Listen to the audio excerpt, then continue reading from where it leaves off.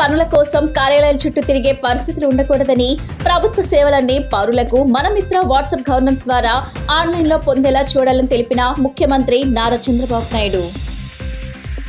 బీసీల హక్కులను కాంగ్రెస్ తొంగలో తొక్కిందని బీజేపీ రాజ్యసభ సభ్యులు పాకా సత్యనారాయణ ఆరోపణ. అధిక వర్షాలు వచ్చినప్పుడు ధాన్యం తడవటంతో పంట నష్టం జరుగుతుందని తెలిపిన మంత్రి పార్థసారథి. ప్రాణ ఆస్తి నష్టానికి వెంటనే నష్టపరిహారం చెల్లించాలని ముఖ్యమంత్రి ఆదేశాలు ఇచ్చారని వెల్లడి.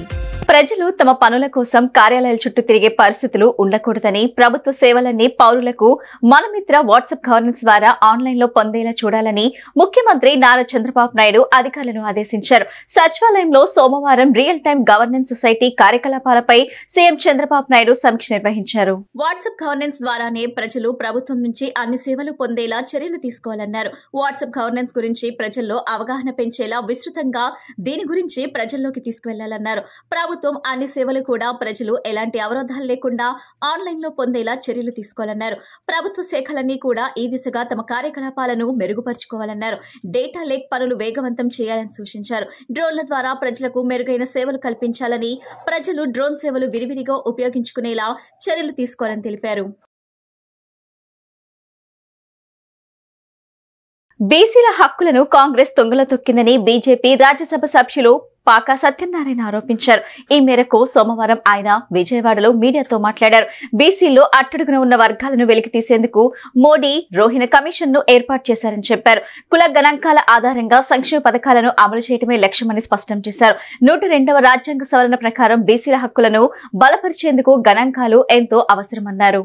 అదే రకంగా 77లో జనతా ప్రభుత్వం వచ్చిన తర్వాత మండల కమిషన్ ఏర్పాటు చేసి 79లో నివేదిక ఇచ్చినప్పటికీ మరి మధ్య 1980లో జనతా ప్రభుత్వం ఓడిన కారణంగా కాంగ్రెస్ పార్టీ దాన్ని పట్టించుకున్నటువంటి పరిస్థితుల్లో దాదాపుగా దశాబ్ద కాలం పాటు మరొకసారి బీసీలను మోసం చేసినటువంటి చరిత్ర కాంగ్రెస్ పార్టీకి ఉంది.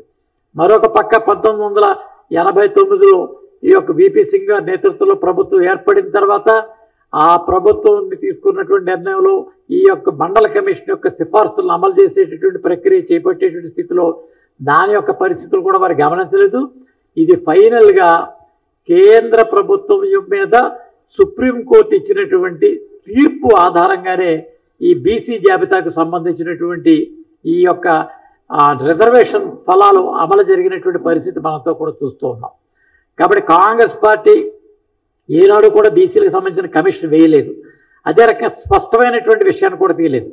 నరేంద్ర మోడీ గారి ప్రభుత్వం వచ్చిన తర్వాత పూరెస్ట్ ఆఫ్ ది పూర్ ఎవరైతే పేదల్లో కడుపేదలు ఉన్నారో వారిని కూడా గుర్తించాలి. బీసీ జాబితాలో ఉన్నటువంటి అట్టడుగు వర్గాలను గుర్తించేటటువంటి సంచార, అర్ధ సంచార, విముక్తి జాతులను గుర్తించేటటువంటి ప్రక్రియ తోటి రోహిణి కమిషన్ ఏర్పాటు చేయడం జరిగింది. మీకు వాస్తవంగా ఫస్ట్ వేసినటువంటి కమిషన్లో 2399 కులాలు మీకు బీసీ జాబితాలో ఉంటే, మండల కమిషన్ వేసినటువంటి నివేదిక ప్రకారం 3473 కులాలు ఉంటే, తాజాగా వేసినటువంటి జస్టిస్ రోహిణి కమిషన్ 5011 కులాలను గుర్తించేటటువంటి ప్రక్రియ ఉంది. ఇందులో బీసీ ఏ కేటగిరీలో వండుకున్నటువంటి సంచార జాతులకు సంబంధించినటువంటి దాని మీద కూడా స్పష్టమైనటువంటి విషయం మీద ఏనాడు కూడా వారు ఆలోచించలేదు.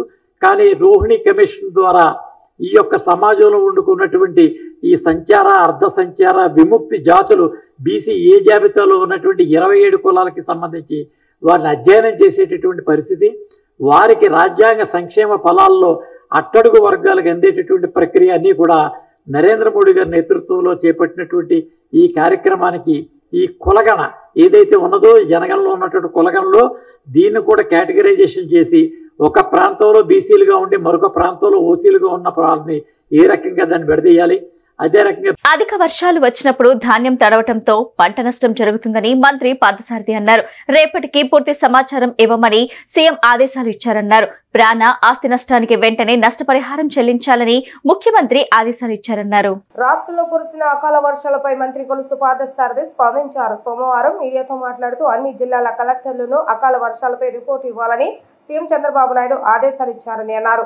రంగు మారినా కూడా ధాన్యాన్ని కొనాలని సీఎం ఆదేశాలు ఇచ్చారని తెలిపారు. రైతులకు ఇబ్బంది లేకుండా ప్రభుత్వం అన్ని చర్యలు తీసుకుంటుందని అన్నారు. విపత్తుల నిర్వహణ, వర్షాలు, పిడుగులకు సంబంధించి ఎప్పటికప్పుడు అలర్ట్ చేస్తుందని అన్నారు. ఇంకా మెరుగ్గా విపత్తుల నిర్వహణ శాఖ వాతావరణ వివరాలు ఇవ్వాలని సీఎం సూచించారని అన్నారు. నాయకుడి సంతృప్తి అనే ఆలోచన మీద గత ప్రభుత్వం పనిచేస్తే ఈ కూటమి ప్రభుత్వం ప్రీతం ముఖ్యమంత్రి చంద్రబాబు నాయుడు గారి నాయకత్వంలో ప్రజల సంతృప్తి, ప్రభుత్వం అందించే సేవలని ఎంత మెరుగ్గా ప్రజలకి అందించబడుతున్నాయి అనే ఆలోచన మీద ఈ ప్రభుత్వం పనిచేస్తుందని చెప్పేసి, ప్రజల సంతోషం అనే ఆలోచన మీద పనిచేస్తుందని చెప్పేసి నేను తెలియజేస్తా ఉన్నా. నేను ఈరోజు ముఖ్యమంత్రి గారు ప్రభుత్వం అందిస్తున్న అనేక సర్వీసెస్ లేతే పథకాలు అవన్నీ కూడా ప్రజలకి ఏ విధంగా అందుతున్నాయి, అవి అందుకోవటంలో అధికారులు ఏమన్నా ప్రజల్ని ఇబ్బంది పెడుతున్నారా, అందుకున్న తర్వాత ప్రజల సంతృప్తి ఏ విధంగా ఉంది,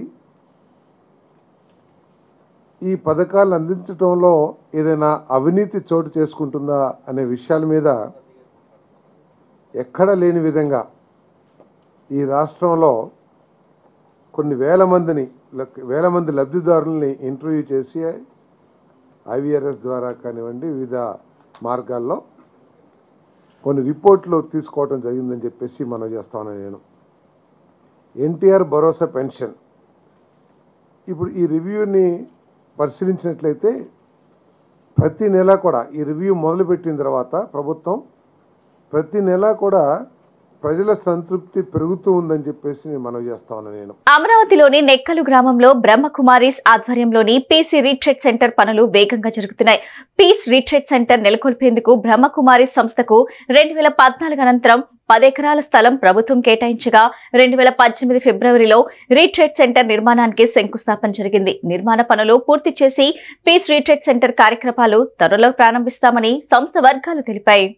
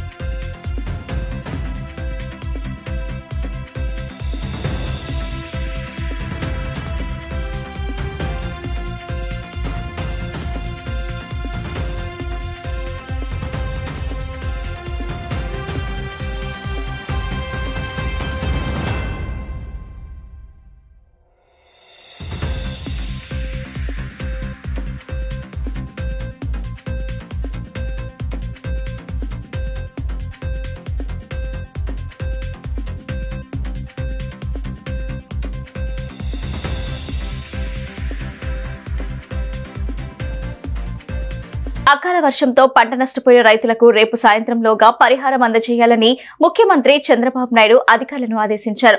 పంట నష్టాన్ని వెంటనే అంచనా వేసి నష్టపోయిన ప్రతి రైతుకు ప్రభుత్వం నుంచి పరిహారం అందేలా చూడాలని స్పష్టం చేశారు. అంతేకాకుండా పిడుగుపాటుకు గురై చనిపోయిన 8 మంది బాధితుల కుటుంబాలకు పరిహారం కూడా తక్షణమే అందించాలని ఆదేశించారు. గత 2 రోజుల పాటు రాష్ట్రంలో కురిసిన వర్షాలపై సీఎం చంద్రబాబు నాయుడు సచివాలయంలో వ్యవసాయ విపత్తుల నిర్వహణ అధికారులతో సమీక్ష నిర్వహించారు. ఈ సమీక్షకు జిల్లా కలెక్టర్లు వీడియో కాన్ఫరెన్స్ ద్వారా హాజరయ్యారు. వర్ష ప్రభావిత జిల్లాలో జరిగిన పంట ప్రాణ నష్టం గురించి అడిగి సీఎం వివరాలు తెలుసుకున్నారు. జిల్లాలో అకాల వర్షాలు ప్రస్తుత పరిస్థితుల గురించి సీఎంకు కలెక్టర్లు వివరించారు. ఈ సందర్భంగా సీఎం చంద్రబాబు నాయుడు మాట్లాడుతూ రాష్ట్రంలోని పలు జిల్లాలకు ఇంకా వర్షపు సూచన ఉన్నందున కలెక్టర్లు అధికారులు ప్రజలను అప్రమత్తం చేయాలని సూచించారు. ప్రాణ నష్టం వాటిల్లకుండా చర్యలు తీసుకోవాలని అన్నారు. విపత్తుల సమయంలో అధికారుల సమన్వయంతో వ్యవహరించాలని సూచించారు. పిడుగులు పడే సమయంలో ప్రజలు సెల్ ఫోన్లకు సందేశం వెళ్లని సమయంలో దగ్గరగా ఉన్నట్లయితే నేరుగా వెళ్లి అప్రమత్తం చేయాలని సూచించారు. దీనికి అనుగుణంగా సచివాలయాలని సిబ్బందిని సిద్ధం చేయాలని అన్నారు. పిడుగులు పడి చనిపోయిన పశువులకు కూడా నిబంధనల మేరకు పరిహారం వెంటనే విడుదల చేయాలని అన్నారు. జిల్లాలో పరిస్థితులను బట్టి క్రింది స్థాయి అధికారులతో కలెక్టర్లు సమన్వయం చేసుకోవాలని ఆయన సూచించారు. 6 ఏళ్లుగా ఆయుష్మాన్ ఆరోగ్య మందిర్లో పనిచేస్తున్న తాము ఎన్నో సమస్యలు ఎదుర్కొంటున్నామని Andhra Pradesh mid level health provider community health officers association ప్రతినిధులు ఆందోళన వ్యక్తం చేశారు. ఎన్హెచ్ఎం ఉద్యోగులతో సమానంగా 23% వేతన సవరణ జరగాలని, పని ఆధారిత ప్రోత్సాహకాలను క్రమబద్ధీకరించాలని కోరారు.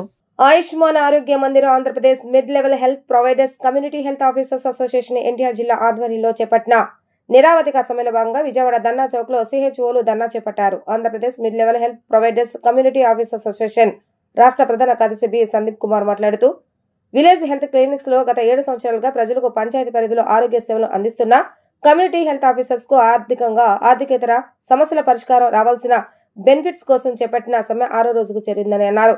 6 సంవత్సరాలు పూర్తి చేసుకున్న సిహెచ్ఓలను రెగ్యులర్ చేయడం, ఎన్హెచ్ఎంకు 23% హైక్ అమలు చేయడం, ఇంక్రిమెంట్ పాలసీ ప్రారంభించడం, ఈపీఎఫ్ఓ బెనిఫిట్ ను పునరుద్ధరించడం, ఎక్స్గ్రేషియా పాలసీ అమలు చేయడం, నిర్దిష్టమైన జాబ్ చార్ట్ అమలు చేయడం మరియు ఇతర సమస్యలను వెంటనే పరిష్కరించాలని, లేని పక్షంలో సమ్మె మరింతగా ఉధృతంగా రాష్ట్ర వ్యాప్తంగా చేపడతామని అన్నారు.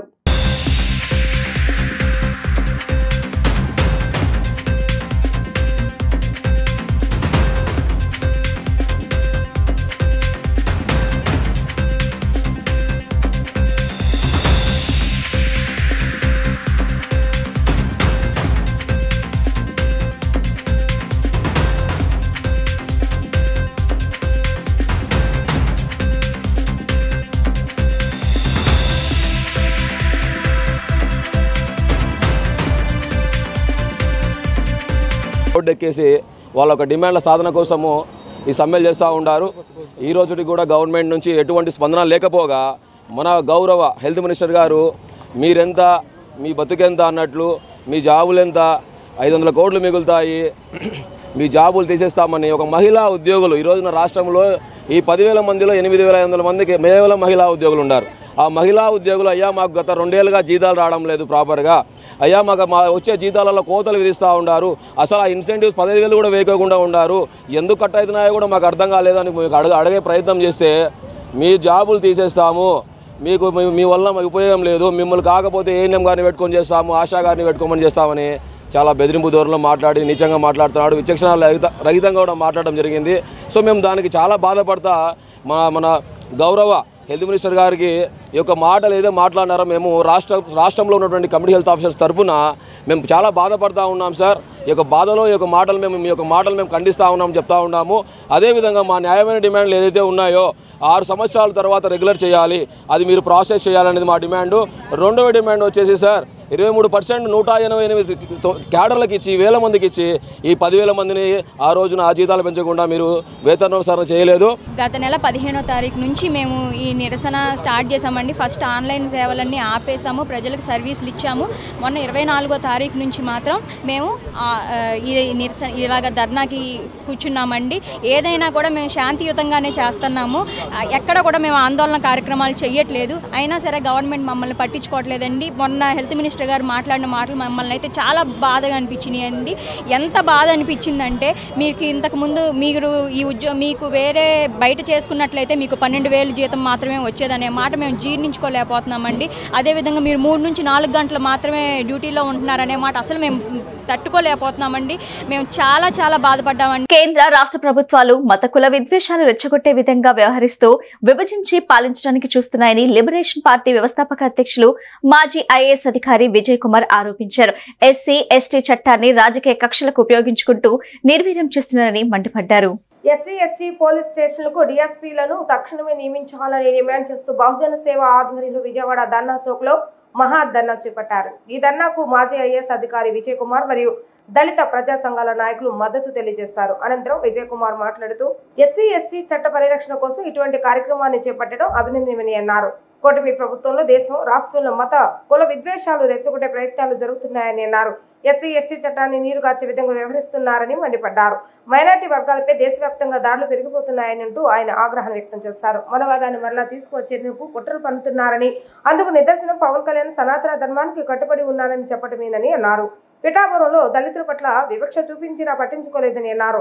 శ్రీచంద్ మాట్లాడుతూ ఎస్సీ/ఎస్టీ పోలీస్ స్టేషన్లలో డీఎస్పీలను నియమించకుండా ఏడాదిగా నిర్లక్ష్యంగా వ్యవహరిస్తున్నారని, దీంతో దళితులకు అన్యాయం జరుగుతుందని అన్నారు. ఈరోజు శ్రీచంద్ బహుజన సేన అనేటువంటి ఒక ఆర్గనైజేషన్ ద్వారా ఎస్సీ/ఎస్టీ అత్యాచార నిరోధక చట్టానికి సంబంధించి ప్రభుత్వము తీసుకోవాల్సినటువంటి చర్యల్లో విఫలమవుతుంది. కాబట్టి ఒక పగడ్బందీగా చర్యలు తీసుకోవాలి అన్న అంశం మీద ఇక్కడ మహాధర్నాన్ని చేపట్టడం జరిగింది. సో వారికి మద్దతుగా లిబరేషన్ కాంగ్రెస్ పార్టీ నుంచి మేము ఈ ధర్నాలో పాల్గొనడం జరుగుతుంది. అయితే కేంద్రంలో బీజేపీ నాయకత్వంలో ఉన్నటువంటి ప్రభుత్వం, రాష్ట్రంలో తెలుగుదేశం నాయకత్వం ఉన్నటువంటి ప్రభుత్వం దేశంలోనూ రాష్ట్రంలోనూ రకరకాలైనటువంటి చిచ్చులు రగిలిస్తూ ఉన్నాయి. ఒకవైపు మత చిచ్చు, మరొక వైపు కుల చిచ్చు కూడా రగిలించేటువంటి కార్యక్రమాలు నడుస్తున్నాయి. జరుగుతున్నటువంటి పరిణామాల్లో ఎస్సీ/ఎస్టీల పైన జరుగుతున్న దాడులు రోజుకు ఒక రూపాన్ని తీసుకుంటున్నాయి.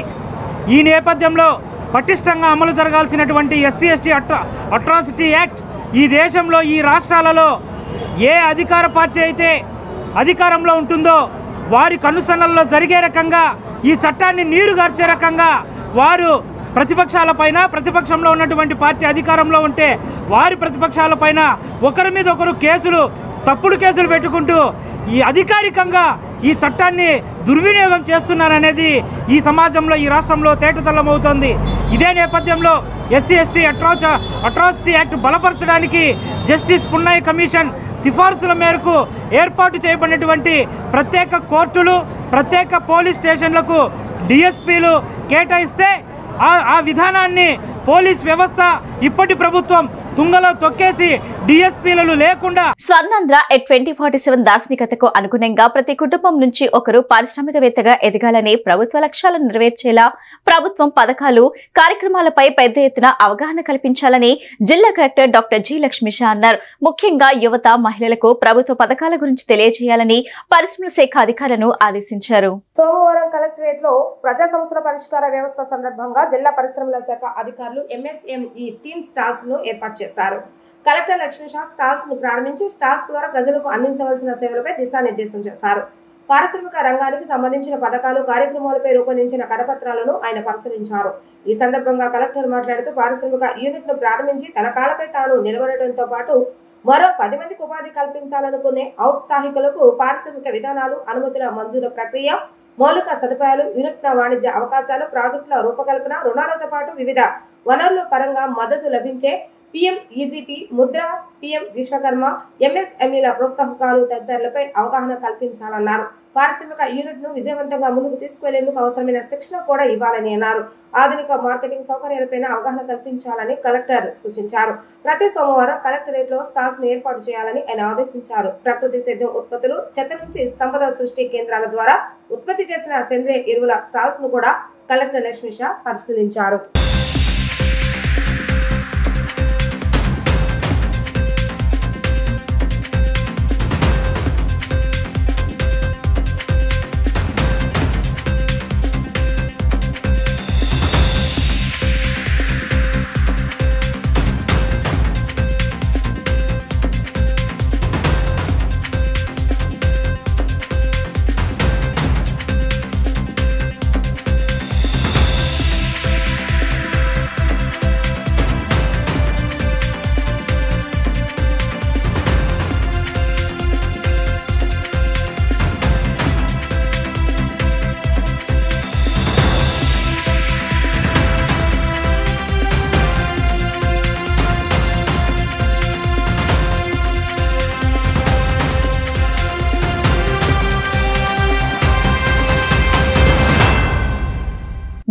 వాళ్ళు నన్ను గాంధారి అంటే బీజేపీ వాళ్ళను నేను కౌరవులు అంటానని ఏపీ కాంగ్రెస్ చీఫ్ వైఎస్ శరణారెడ్డి ధ్వజమెత్తారు. బీజేపీ వాళ్ళు నిజంగా కౌరవులతో సమానమేనని ఆమె నొక్కి వక్కానించారు. ఈ రాష్ట్రానికి ప్రధాని మోడీ ఏం చేస్తాడో చెప్తే నేను గాంధారి అని ఒప్పుకుంటానని సవాల్ విసిరారు. ఎటు చూసిన అన్యాయమే తప్ప ఒక్క మేలు జరగలేదని ఆమె విమర్శించారు. ప్రత్యేక హోదా మోసమే, పోలవరం ప్రాజెక్టుకు అన్యాయమేనని అన్నారు. కడప స్టీల్ లేదు, విశాఖ స్టీల్కి దిక్కే లేదని ఎద్దేవా చేశారు. విభజన హామీలు అన్ని మోసం చేసి ఇప్పుడు అమరావతికి అండగా ఉంటామంటే నమ్మాలా అని ఆమె ప్రశ్నించారు. అందుకే బీజేపీ వాళ్ళు కౌరవులు అని, నేను కాదు గాంధారి, మీరే కౌరవులు అని చురుకును అంటించారు. అకాల వర్షాల వల్ల నా వాయిస్ ఓకే అమ్మా? అకాల వర్షాల వల్ల ప్రాణ నష్టం జరిగింది, ఆస్తి నష్టం జరిగింది, పంట నష్టం కూడా జరిగింది. అకాల వర్షాల వల్ల తడిచిపోయిన ధాన్యం, రాలిపోయిన మామిడి, కూలిపోయిన అరటి, చెడిపోయిన పసుపు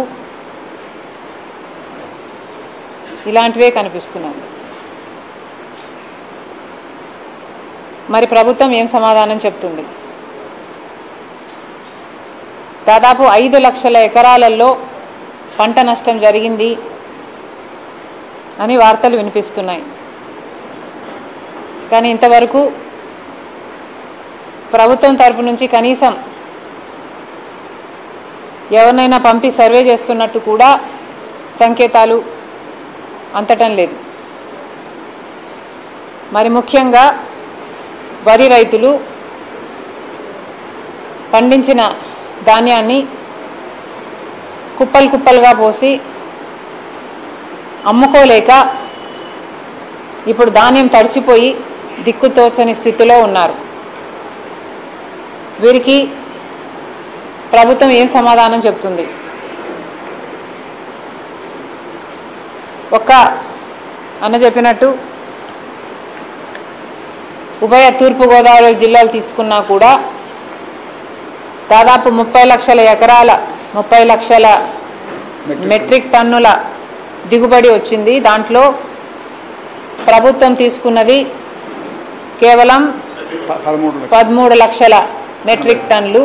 కాకినాడ జిల్లా జగ్గంపేట మండలం కాటవలపల్లిలో తడిచిన ధాన్యాన్ని పౌర సరఫరాల శాఖ మంత్రి నాదెండ్ల మనోహర్ పరిశీలించారు. ప్రతి గింజ కొనుగోలు చేస్తామని, రైతులు అధైర్యపడొద్దని హామీ ఇచ్చారు.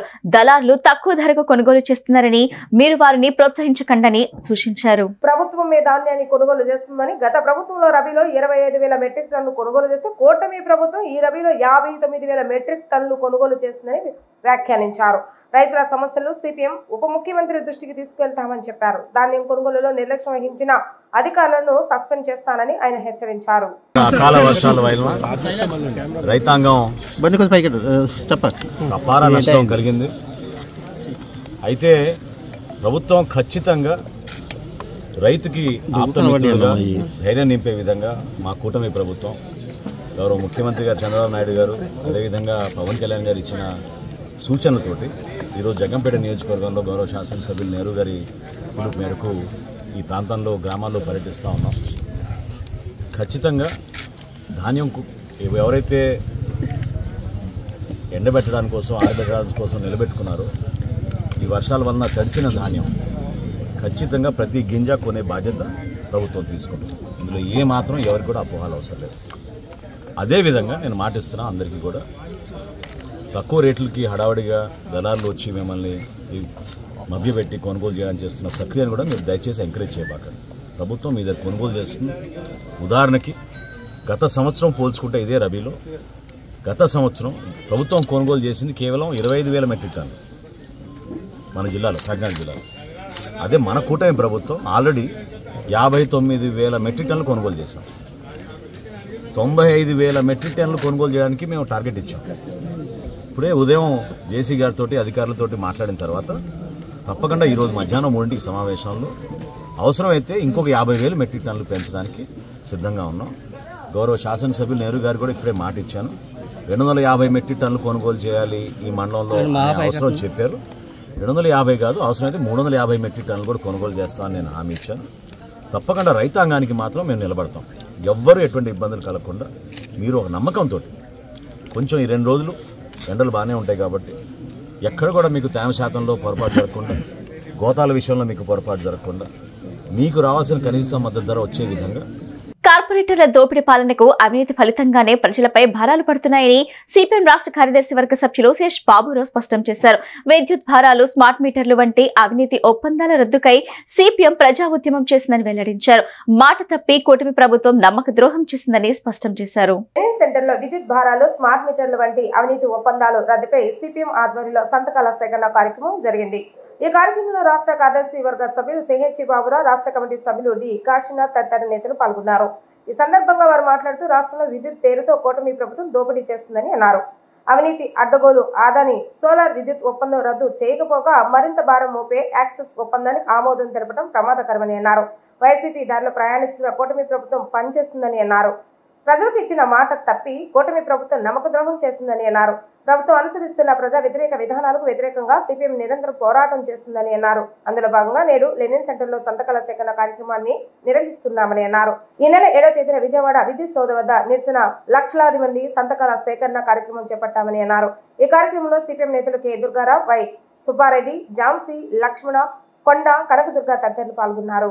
ప్రభుత్వం రాష్ట్ర ప్రజలని కరెంటు ఛార్జీల విషయంలో దగా చేసింది, మోసం చేసింది, నమ్మక ద్రోహం చేసింది. గత ప్రభుత్వంలో 32,000 కోట్ల రూపాయలు కరెంటు ఛార్జీలు పెంచారు. మేము వస్తే బాధుడు ఆపేస్తాం, ఛార్జీలు 5 ఏళ్ళు పెంచాం, ఇంకా తగ్గిస్తామని కూడా మాట చెప్పారు. కానీ 10 నెలలు గడిచే లోపే 15,485 కోట్ల రూపాయలు కరెంటు సర్దుబాటు ఛార్జీల పేరుతో భారం వేశారు. 4 రకాల సర్దుబాటు ఛార్జీలు వసూలు చేస్తున్నారు. ఇదంతా పూర్తిగా చట్ట విరుద్ధమైనటువంటిది. ఒక్కొక్కరికి బిల్లులు డబల్ అయిపోయినాయి. దీనికి సంబంధం లేదు మాకు అన్నారు చంద్రబాబు నాయుడు గారు. మీరు అధికారంలో ఉండగా సర్దుబాటు ఛార్జీలు వేసి మీకు సంబంధం లేదని ప్రజలను మోసం చేయటం ఏంటి? ఎందుకు కట్టాలి బిల్లులు?